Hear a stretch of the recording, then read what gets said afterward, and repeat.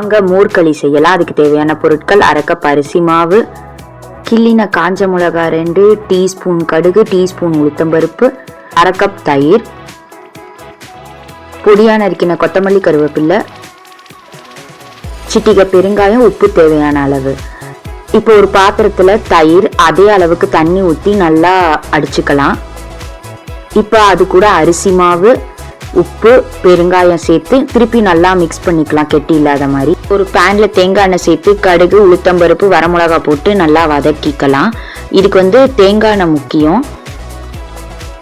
இப்போ வதக்கினதுக்கு அப்புறம் நம்ம ஏற்கனவே அடிச்சு வச்சிருக்க மோர் மிக்சர், அது கூட கொத்தமல்லி, கருவேப்பிலையும் சேர்த்து நல்லா கிண்டி விட்டுக்கிட்டே இருக்கணும். இது பார்த்தீங்கன்னா புளிச்ச மோர்ல செய்யணும், அப்பதான் நல்லா இருக்கும். இது கிண்டி விட்டுக்கிட்டே இருக்கணும், அடி பிடிக்காத மாதிரி கிண்டி விட்டுக்கிட்டே இருக்கும் போல கொஞ்சம் திக்காகும். இந்த ஸ்டேஜில் எடுத்தீங்கன்னா மோர்கூழ். இன்னும் நல்லா திக்காகி விட்டு எடுத்தீங்கன்னா மோர்களி. ஒரே டிஷ்ல 2 ஸ்நாக் ரெடி பண்ணிடலாம். ஸோ இப்போ திக்காயிடுச்சு நல்லா. இப்போ ஒரு பிளேட்ல தேங்காய் எண்ணெய் ஊற்றி கிரீஸ் பண்ணிக்கலாம்.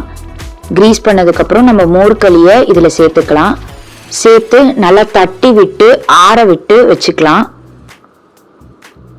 ஆற விட்டதுக்கு அப்புறம் ஒரு கத்தி எடுத்து இந்த மாதிரி நான் காட்டுற மாதிரி கட் பண்ணீங்கன்னா அழகா ஃப்ளஃபியா பீஸா வரும். நல்லா டேங்கியான மோர்களி தயார். இது ஒரு பெர்ஃபெக்ட் ஈவினிங் ஸ்நாக். இது கண்டிப்பா ட்ரை பண்ணி பாருங்க. Subscribe to Vidya vlogs.